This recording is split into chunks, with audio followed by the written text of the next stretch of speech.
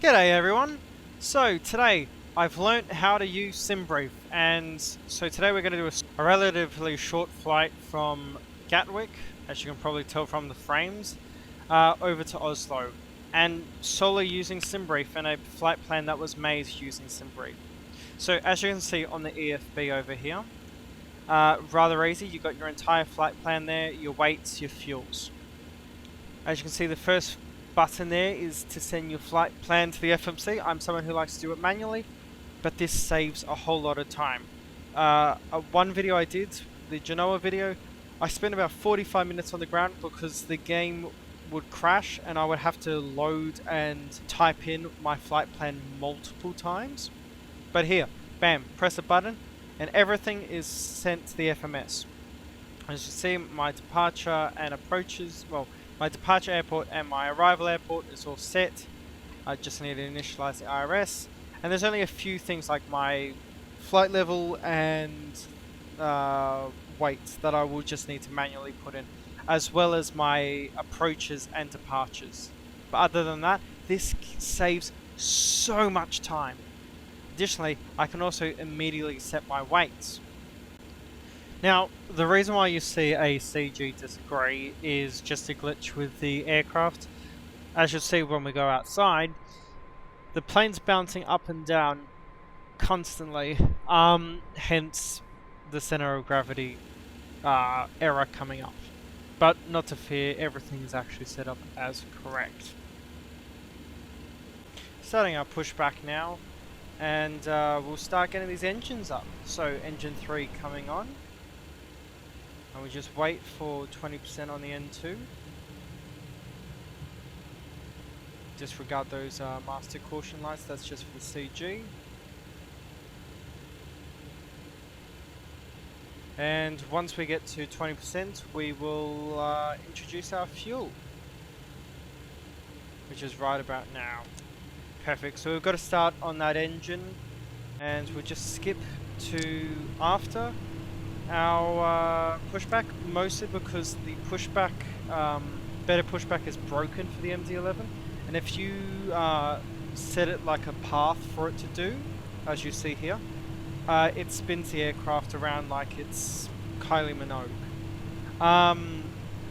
So basically what we're going to do here is just start our engines, get engine 1, introduce fuel now, and then we'll repeat the process with engine 2.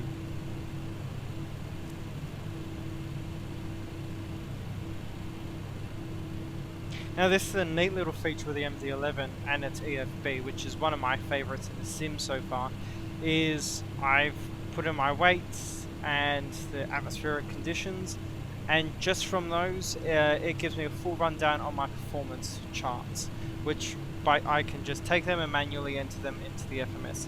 I think you can do it like instantly, but yeah, I need something to do while we wait for this engine 2 to get started, so I tend to just put in all this information myself.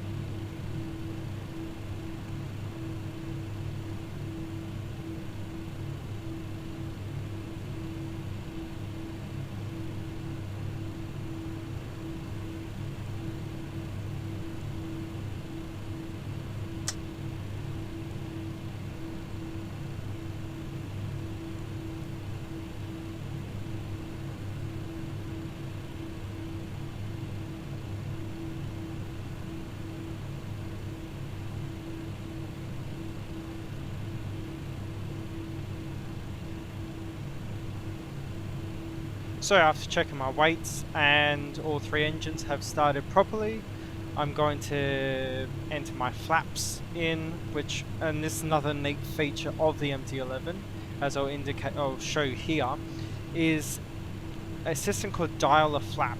So you literally dial in what flap degree you want, and once you do that, then as soon as you set your flaps as I've shown here, it goes to that angle. And for this takeoff, it was recommended we do flap 25 on the computer, and so that's what we'll do. Other than that, just time to start taxiing.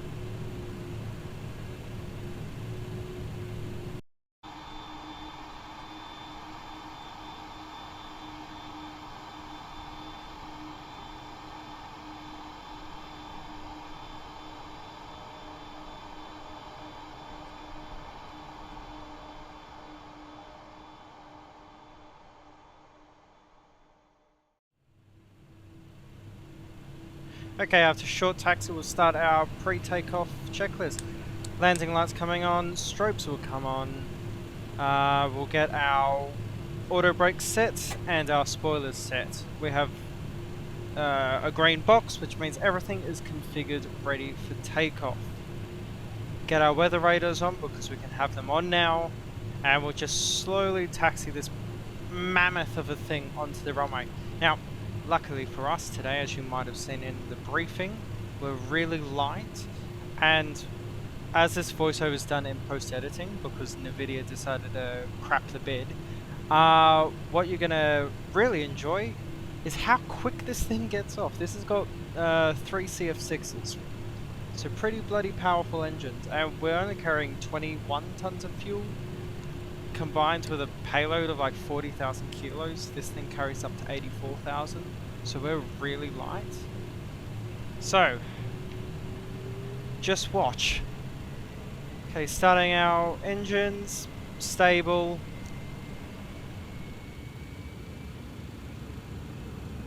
And toga.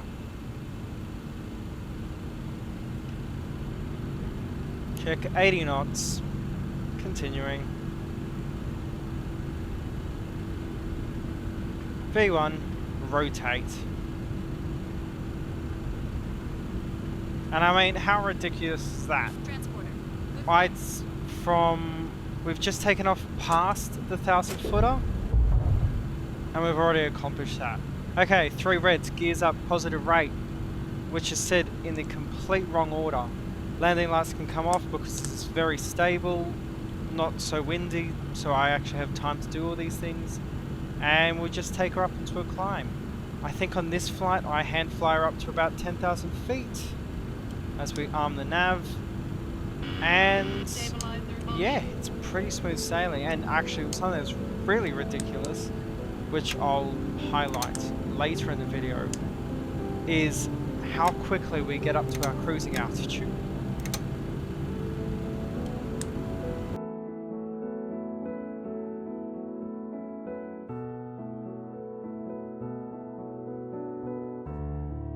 Start our after departure checklist. So, auto brakes off, spoilers disengaged, lights are off, and our gear is up. And now that we're at a good altitude and speed, we can take the slats up. Now there's something that's really funky with the autopilot on the MD-11. I don't know why it's like this. But if you go with the FMS speed, which is locked in for 310 knots, but you hit auto flight, as I have now, the thing just goes to high heaven. So what you need to do is you either go into the profile mode, or as I do here, you have to manually select the speed, which is something you do, say in the Airbusters, and you just click out because you're pulling the plug. And that's how you get into IAS mode, or indicated airspeed mode. And now that we've got that sorted, just checking everything here. Now TCAS is on and everything is working fine. So, climbing up ridiculously fast, and we should be up there in no time.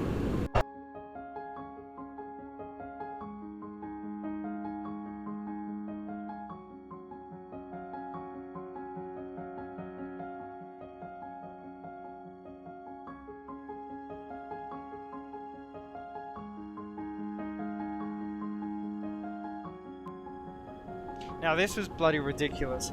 I've only got halfway through my workout. I've only been doing it for like 10 minutes. And we're already almost at flight level 390. It is absolutely ridiculous how fast this thing's got up. And this is something I'm enjoying with Simbrief, because I actually learned it today and how to use it because it's free, which I never knew this entire time. We've got a cost index that works, we've got everything that works that just gets directly ported over, and it just makes life so much easier. But we also do things way more efficiently and far quicker. And as fast as our ascent, we're already flying over the coast of England now. I genuinely, and I'm saying this from like a position afterwards, I still can't believe how ridiculously quick this was. Now this is something I really like with the MD-11. This is, you go to your perf page, as I've indicated here. You go to the second page, and then you input your descent forecast. Now what I like to do is on the second FMS, I like to have my flight plan, because the flight plan also shows the hard limit for altitude. Now what I like to do here is I'll actually insert all the flight levels. I believe if you have the premium subscription to Navigraph, it tells you the wind speeds at every single altitude. I don't have that. However, it works perfectly fine for me, and the aircraft actually indicates if you need to increase in speed or add to drag if you're not going down fast enough. And another thing you can do is with your higher altitudes, you put in the flight level number, and then when you do your lower altitudes, you put your lower numbers. You just put the standard number in. Now, it's too early to put in my flight data, or like the data of data of Oslo, I should say. However, it's good to get a quick idea of what we're going to be going into. So far now it's -8 degrees Celsius, and I go to enter this in. Now, this is another quick quirk of the MD-11, is I got a format error there. Now, when you set the aircraft up in its page, you need to put C or F after the number to indicate what temperature scale you're using, either Celsius or Fahrenheit.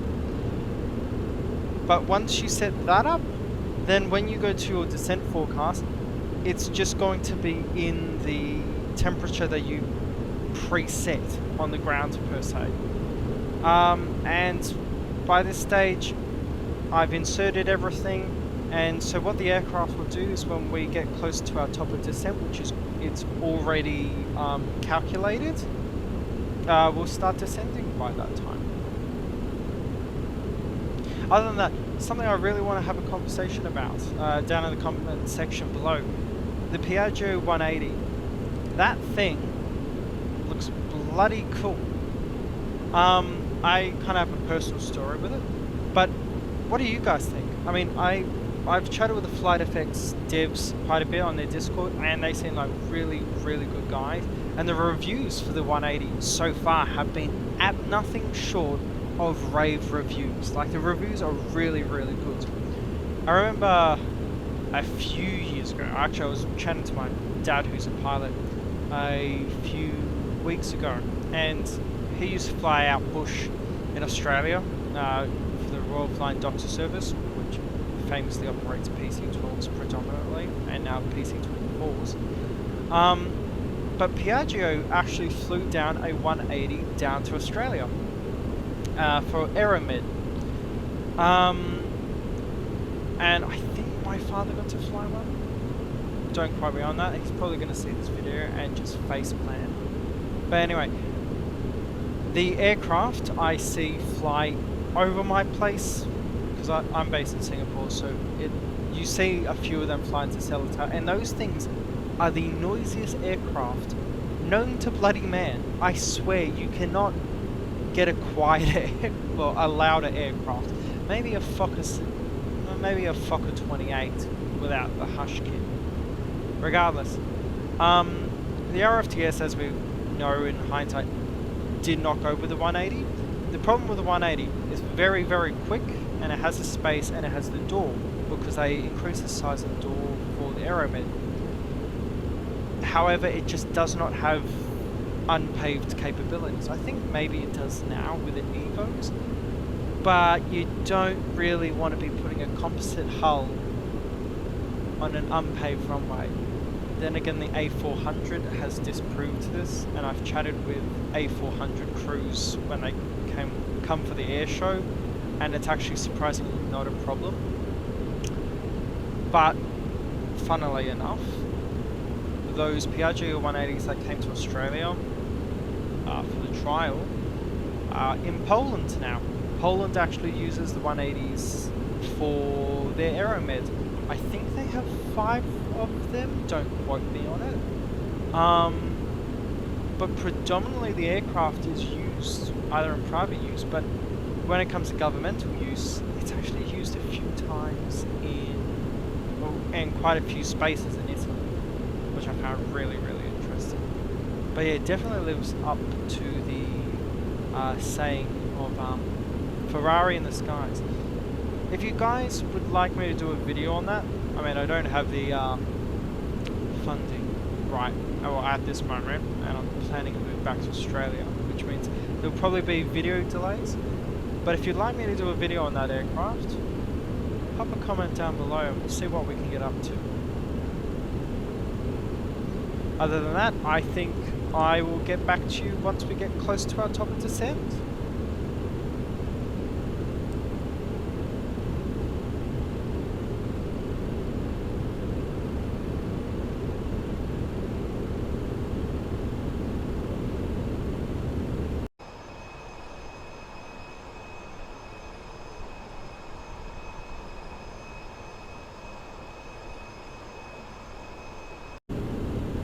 And here we go, just coming over to the coast of Norway, and I swear, if anyone makes that bloody joke about Australians and how they say no way, I will throw a saucepan at your head. You have been warned. I mean it, you have been warned.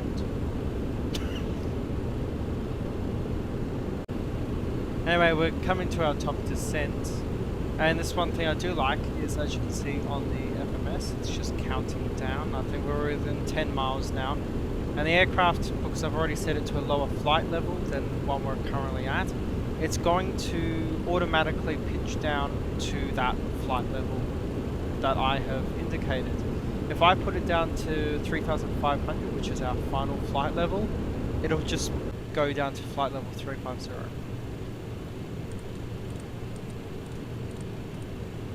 And to make it easier, I can already see the airport. Thankfully we've got amazing weather today. As you can see there's 29 right, that's 29 left. Amazing weather coming in today. I've just checked the weather as well. There's pretty much no wind. Very, very calm. And mind you, this is with live weather, which I found rather interesting. But yeah, so it'll just be really, really calm, which you never get up here. I also want to indicate I haven't downloaded the scenery for Scandinavia, so this area could look better, I think. But just from what I'm seeing now with the base quote-unquote scenery of the sim. Other than that, I've selected the heading to 192. Our speeds are looking good, and everything should be okay. So, for your left-hand landing, I will be in control. I will take control of the aircraft just before minimums. If there is any case that we need to go around or we're not stable on approach, we'll fly to 5,000 feet at runway heading of 192. We should expect to vacate runway about taxiway A3, A4, which is on the left side of the runway. And yeah, it'll be a flaps 35 landing. And that is everything. Everything sounds good. You should know my line now, as it bloody should.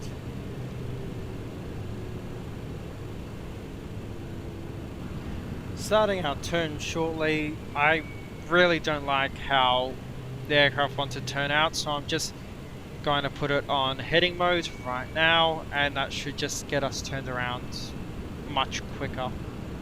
It's on runway heading, but I will change that a bit more, just so that we get on line with the runway. And as soon as we do, and we can establish on the ILS, I will switch it over to approach mode, and then that will be set back to 292, and the altitude of 5,000 will be put in once we're settled on the approach. Just checking, 3 grains, flaps 25 is set. Once we finish our turn, I'll go flaps 28, and then flaps 35 when we're within 7 miles. Just because we've got no traffic. I do need to install FSLTL. But actually, this is something I'm learning. If I do these voices post-process or post-editing, you could say, I can actually fill in with a lot more dialogue. Because normally at these times, I just freeze up. I don't talk because I'm focusing so bloody hard on just all the systems in the aircraft.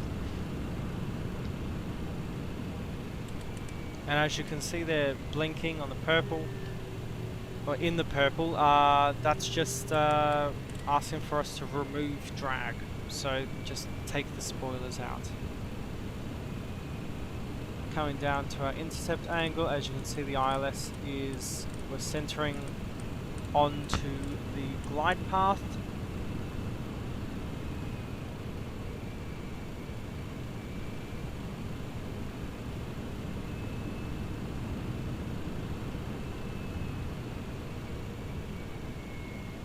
Just so that scenery is bloody gorgeous.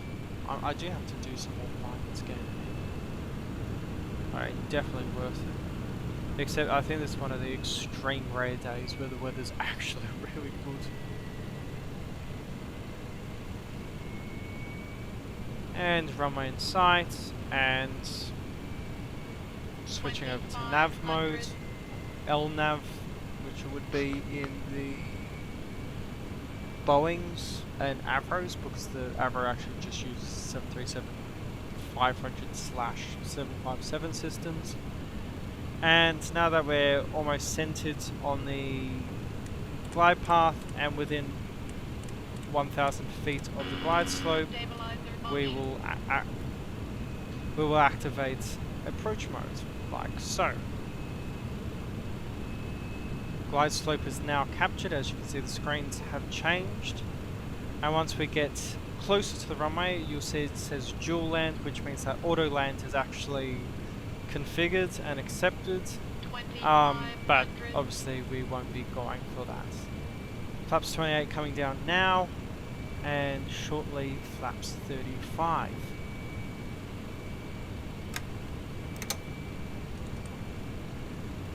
Just doing our before landing checks now. We've got 3 grains. I'm setting our altitude to 5,000 for our go around if need be. Our heading is down the runway. Just quickly referencing our approach speed, which is 147. And everything should be good. Flaps 28 still, and flaps 35 coming in now. Spoilers are set. Well, spoilers are engaged, and auto brake is engaged. And as you can see, we've got a green box that highlights that we are fully configured. Okay, 3 greens, flaps 35 selected, auto brake set, spoilers are armed. As we can see, we've got the green box on the bottom of our screen, which indicates we're fully configured. Autopilot's coming off. I'd like to hand fly it now, and we'll continue. Sorry to break the immersion, need to zoom in. I can't see the 1,000 footers because it's so washed out. Even with a filter over the video, I'm trying to look at the video itself. 400. Gently does it on the glide path. A bit 300. fast, but you can always lose speed. Thankfully we've got a large runway. 200.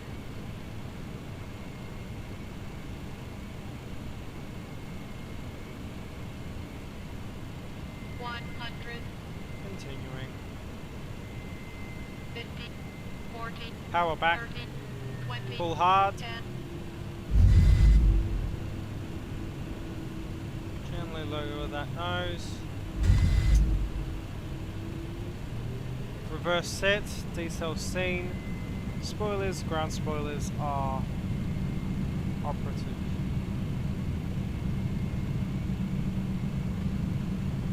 And yeah, I mean for an MD-11, if I can maintain center line, that's a really bloody smooth landing. And there we go, reverses coming off as we're below 60 knots, and we'll start to make a break by now, and in time for our preferred